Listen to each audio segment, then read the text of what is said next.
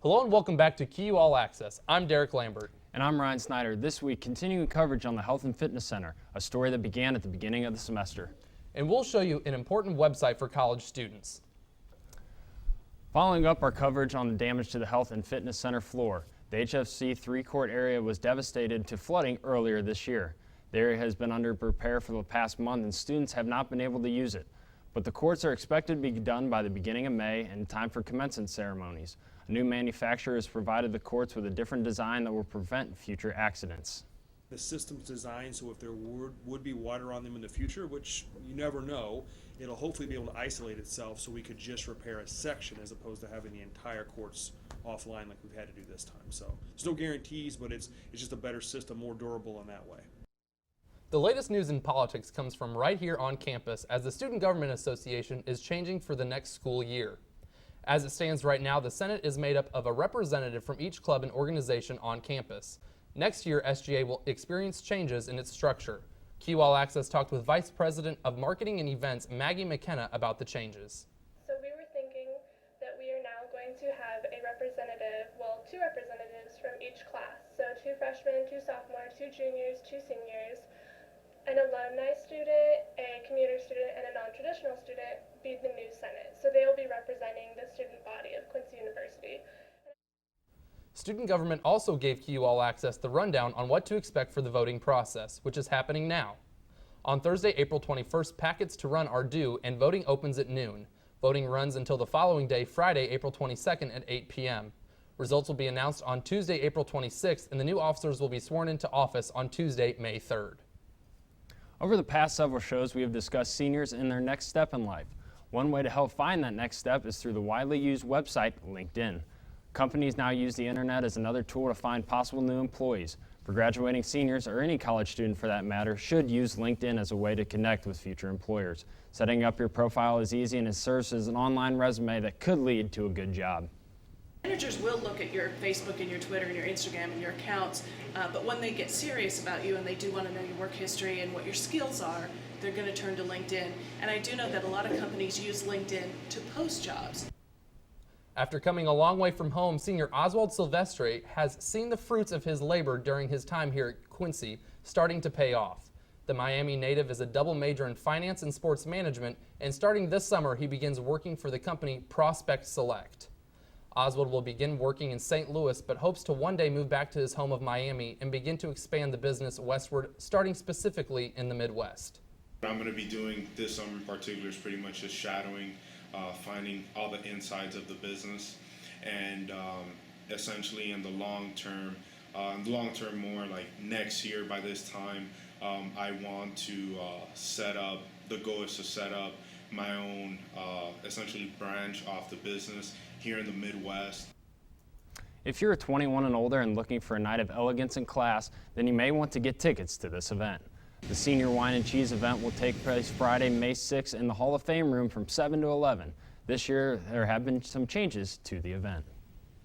This year, we're starting something different. We've done wine tastings in the past, but this year we're doing craft beer as well. So the ticket will get you 3 tastings. If you've been hungry late at night on campus and can't think of what to eat, well, Quincy University's Trippy Chef is the answer you have been waiting for. Trippy Chef is a business owned by KU students that is ran out of an on-campus house. They're completely licensed and up to code and have a great menu to choose from. Well, Trippy Chef came about basically one night when it was like 3 o'clock in the morning and I was starving. There's not too many places to go that actually even are open or offer delivery. So I came up with Trippy Chef because I wanted to be able to give people access to actually good quality food, cheap prices, and at like late hours. The Trippy Chef menu has a variety of items on the menu, ranging from cookies and pineapple boats to combo meals and crab legs. KU All Access spoke to someone who has recently used Trippy Chef services. But honestly, the first time I bought something was because of friends and I was supporting, and then after I tasted food, I'm like, all right, who made it for real? But it was fun, and then when you call them, they come pretty fast, and it's very great delivery. Not only does Trippy Chef cater to KU students, but they are starting a new program with their Trippy Cookies for Chicago Public Schools. Every cookie we sell, we're going to donate a cookie and give it back to Chicago Public Schools. We're trying to promote nonviolence and actually congratulate them on having an awesome year, because there's a lot going on in Chicago School District. For a full menu and contact information, go find Trippy Chef on Instagram. For QU All Access, I'm Derek Lampert. After the break, we'll update you on the recent New York presidential primary. And how a college from the Northeast made a huge mistake through email. We'll be right back. Well, my first thought was, Brother Ed has set us up. He's got someone hiding in there. They're getting ready to jump out of the curtain and scare us, but yeah, there was no one else there, and I couldn't explain it. It's just one of those phenomenon. I've always been a skeptic, and I've always thought that there was a rational explanation for all things like that, but being there when that all happened, we didn't have a rational explanation for why that happened.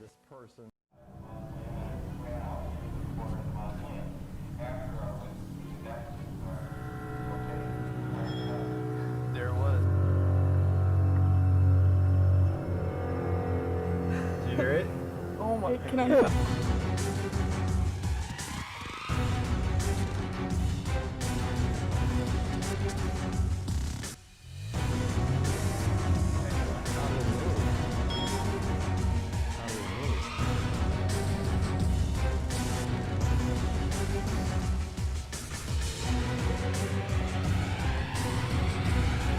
Oh gosh, wait, did you see that?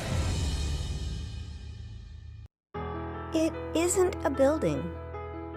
It isn't an arena or field. It isn't a classroom. It's a friendship. It's the bonds you form. It's an opportunity. It's the experience.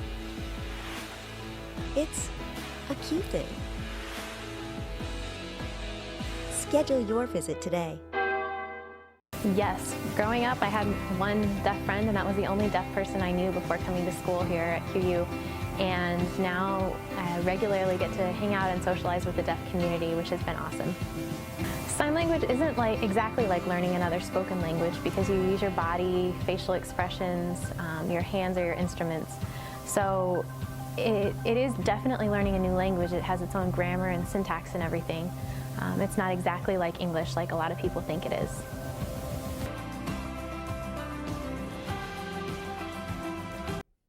Welcome back. It's no secret Donald Trump has been pointing a finger at China, blaming them for the economic troubles in the U.S. Andrew Stevens has a reality check of Trump's claims.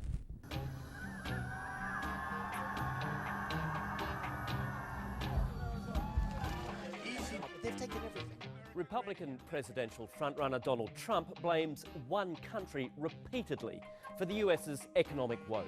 China. Look at what's happening with China. But is that the case? Let's do a reality check and find out. We'll start with Trump's issue with China's currency, the yuan or renminbi. They are the single greatest currency manipulator that's ever been on this planet. He's repeatedly accused China of weakening the yuan to benefit its own exporters. Economists say that argument might have held up 7 or 8 years ago, but not anymore. The yuan has actually been strengthening sharply over the last 10 years, up 20% against the US dollar. That makes US exports to China much cheaper. It's strengthened so much that the International Monetary Fund, the IMF, added the yuan to its basket of reserve currencies. That gives China an international stamp of approval and credibility. Now, Beijing is intervening, but the objective is to keep its currency strong, so it gives no advantage to its own exporters. When it comes to trade with China, Trump says the US is getting a raw deal. You lose $500 billion a year with China. It's a total imbalance. We don't make good deals anymore. We don't win anymore. The US trade deficit with China is actually $365 billion. That means the US is buying more Chinese goods than China is buying US goods.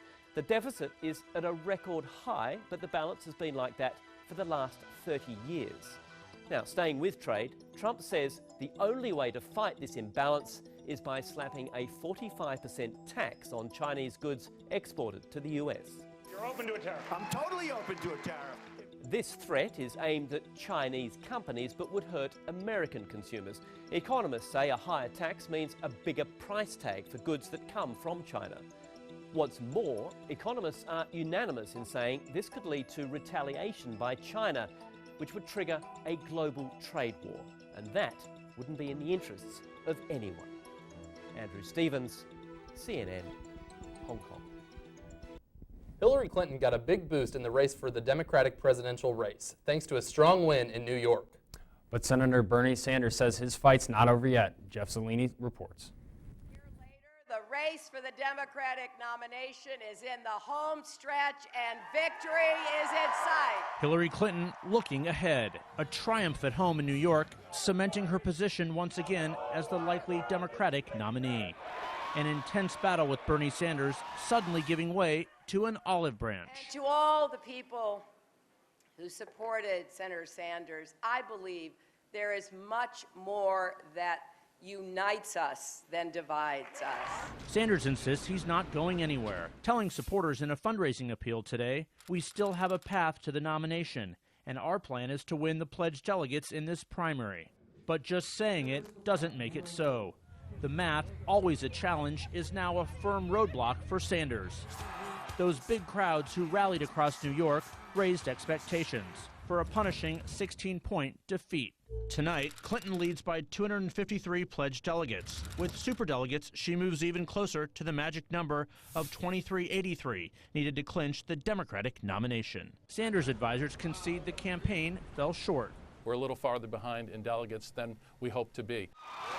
After a raucous election night rally at Penn State University filled with blistering attacks on Clinton, Secretary Clinton has given speeches behind closed doors to Wall Street firms for $225,000 a speech. Must be an earth-shattering speech. a subdued Sanders arrived home to Vermont, where he said he intended to recharge and rest, but not rethink his campaign. No, we think we have the message that is resonating throughout this country. We have come a long, long way. We have taken on the entire Democratic political establishment. The Democratic establishment is growing restless, worrying Sanders could be a spoiler by attacking Clinton's honesty and integrity. Jennifer Palmieri, communications director for Clinton, told reporters Sanders has been destructive and is not productive to Democrats, particularly suggesting Clinton is corrupt, a line of attack Republicans are already seizing on. For now, Clinton is taking a more subtle approach. Under the bright lights of New York, we have seen that it's not enough to diagnose problems. You have to explain how you'd actually solve the problems. But making clear her eye is once again on November. Donald Trump and Ted Cruz are pushing a vision for America that's divisive and frankly dangerous. Clinton and Sanders are now focusing on winning delegates in other states. All 5 states hold Democratic primaries next Tuesday. We now have more information on the Flint, Michigan water crisis. The first criminal charges were announced yesterday in the connection to the water crisis. Steve Nans has the latest. 3 Michigan officials were charged today in connection to the Flint water crisis. So many things went so terribly wrong and tragically wrong in Flint. Mike Glasgow, a former supervisor at Flint's water treatment plant, was charged with tampering with evidence and willful neglect of duty as a public officer. And facing more serious allegations are Mike Prisby and Stephen Bush, officials with the Michigan Department of Environmental Quality who face charges of misconduct in office, tampering with evidence, and violations of the Safe Drinking Water Act. They had a duty to protect the health of families and citizens of Flint. They failed. They failed to discharge their duties. Bush and Prisby both pleaded not guilty at their arraignments Wednesday. The problems in Flint started 2 years ago when the state of Michigan oversaw the switch of the city's water supply in an effort to save money. But the new water source turned out to be contaminated with E. coli and other toxins. And because the Department of Environmental Quality failed to treat the corrosive water, lead from the pipes also leached into the water supply. Michigan Governor Rick Snyder weighed in on the charges. If these accusations are correct, this would take it to a whole new level. And one of the things we clearly want to pursue is the truth. The Attorney General said to expect more charges as the investigation continues and that no one is ruled out as a target. These charges are only the beginning, and there'll be more to come. That I can guarantee you. In Washington, I'm Steve Nannis. Coming up, Laney Wade gives us her weekly weather forecast. And QU students head to Busch Stadium. Stay with us. The future of the program is very bright. It's an exciting time on QU campus because we have QU TV. We have a television station where students can experience working as a director, an anchor, a reporter, photographer, doing weather, doing sports. We also have a newspaper where students can report, be photo editors, be executive editors. We've got a lot of opportunity there working on the student newspaper. We also provide students with the opportunity to do magazine articles with heavy research and giving them a little bit more time to expand on articles and do some in-depth investigative work. Moving forward, it's exciting because all of the skills they learn in every avenue will translate into what we have in the future, and web writing and mobile writing and all of our distribution platforms. We have an incredible opportunity to grow the department, to grow the program, and to grow students into excellent journalists.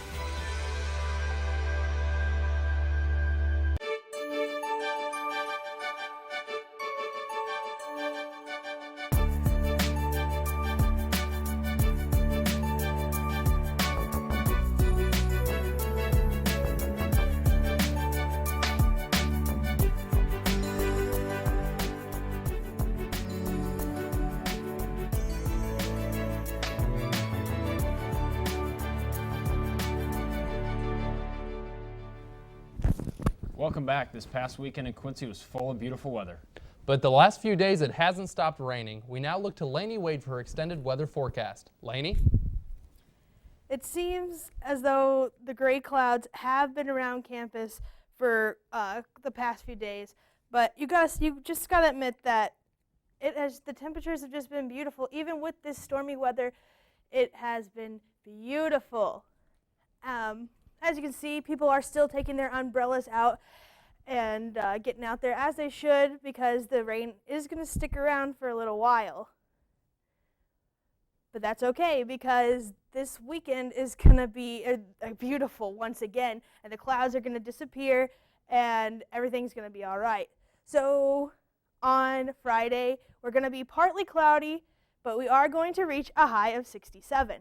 Moving into Saturday, the sun's going to be out, and it's going to be 74. Once again, very beautiful, and it's just going to be nice, so get out there if you can. And then on Sunday, we're really going to see a beautiful day, as it is partly cloudy, but we reach a high of 82. Now, we're talking summer temperatures here.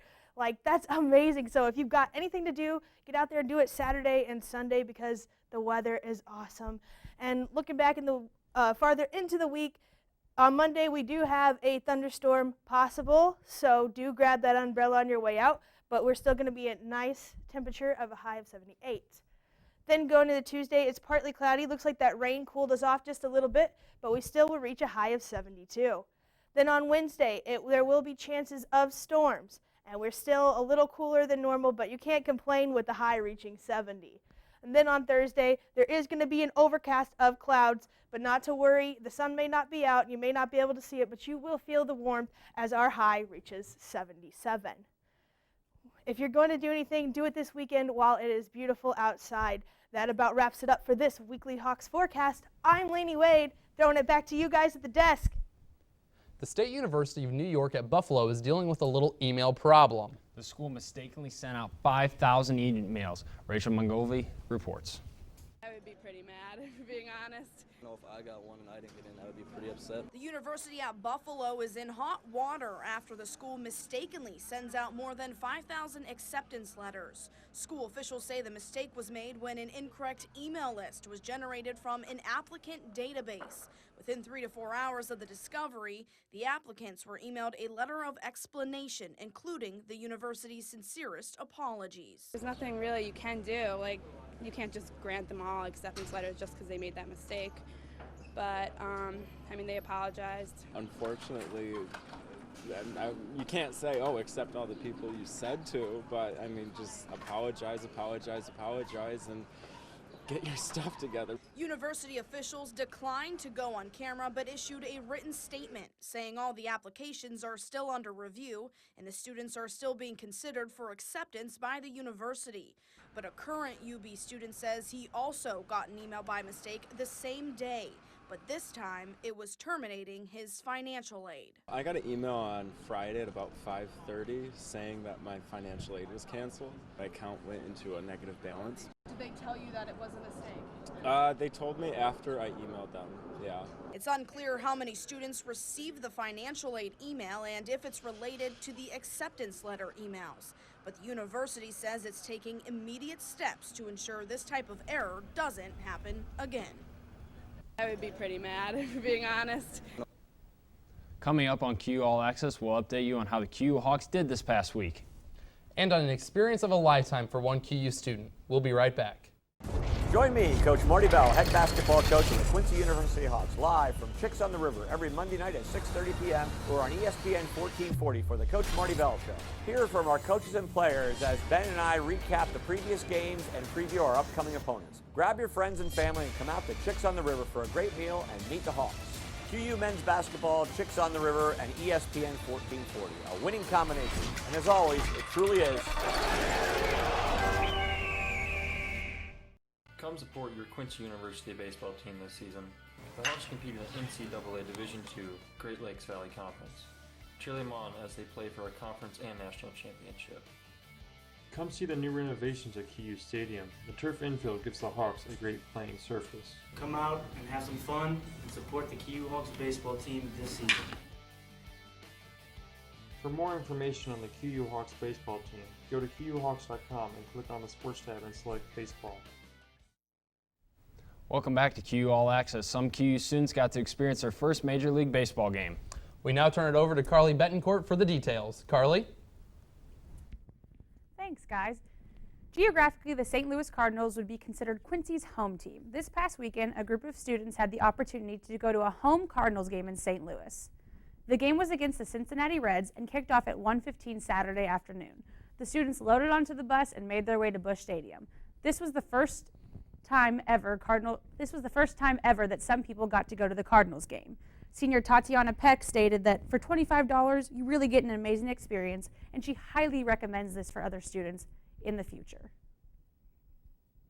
Quincy baseball faced off against Lewis University Wednesday, April 20th at Quincy Stadium. The Hawks split with Lewis April 20th, winning the first game 14-1 and falling the second game 16-5.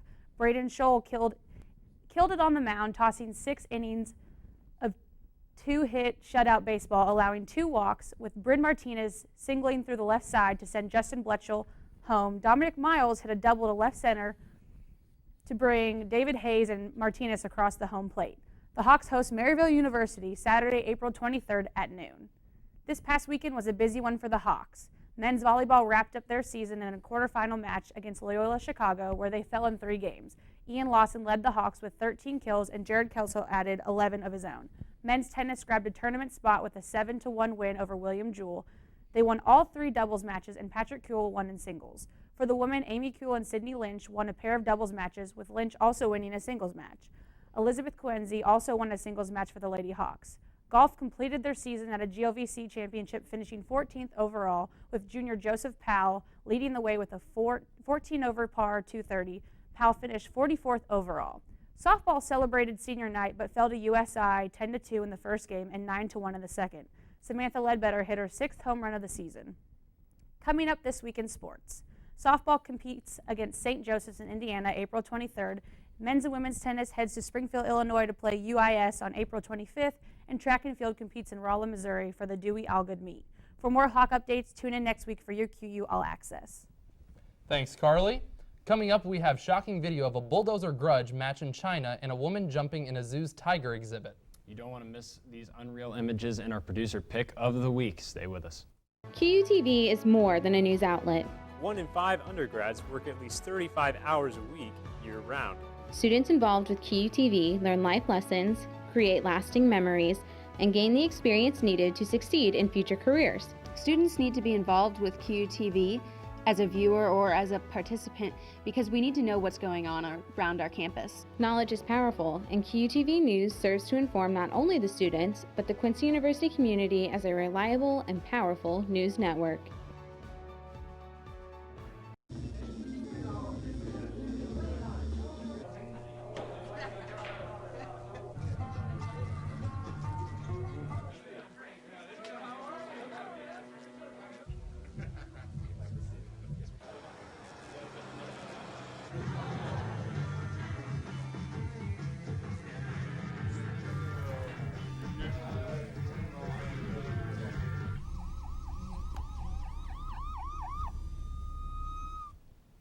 Welcome back. We have a bizarre video to show you about a brawl that involved bulldozers on a busy China street. And a clip of a woman jumping into a tiger pit to get something she lost. Jeremy Roth explains. The first rule about Bulldozer Fight Club is you gotta talk about Bulldozer Fight Club. Unreal video of rival construction companies in China having an all-out bulldozer demolition derby on a busy city street is just amazing. Police say the whole thing started with an argument between the companies competing for business. You know, I was really hoping these things were going to transform into giant robots to finish the grudge match, but you can't have it all. You fellas have nothing to worry about. I'm a professional. Remember the Ferrari joyride scene from Ferris Bueller? Well, a similar scene played out in California when an Audi owner's dash cam caught a mechanic taking his car for a speedy joyride. You can hear the technician laughing while tearing down the roads. The car's owner posted the video to the dealership's Facebook page with a complaint. The Audi dealership in Palo Alto says it's investigating the unfortunate incident. Video of a woman jumping into a zoo's tiger exhibit to retrieve a lost hat has authorities investigating and viral viewers baffled. You can see the cat get visibly excited when the lady hops over. As a journalist, I would never pass judgment on her actions, but I will let this zoo employee do it. It's a very bad idea. It's very irresponsible, especially on a very busy day when there's lots of families around with young children to watch that. Well, take a look at this. I'm Jeremy Roth. I don't know about you guys, but if my hat would have fallen in there, I probably would have just left it. You know, I think I would have gone in, lived life on the edge a little bit. I don't want to lose my hats. I like animals, so I probably would have gone in there. What about you, Lainey? I mean, yeah, it's just an overgrown cat, right? Yeah, its teeth aren't that big. No. Well, that's our take. I guess you guys are a lot more adventurous than I am. And we thank you all for joining us on this week's episode of QU All Access. Remember to tune in online on Facebook or on Channel 97 on campus every time. For the entire QU All Access team, I'm Ryan Snyder. And I'm Derek Lambert. Thank you for watching, and make sure you tune in next week for our last show of the spring.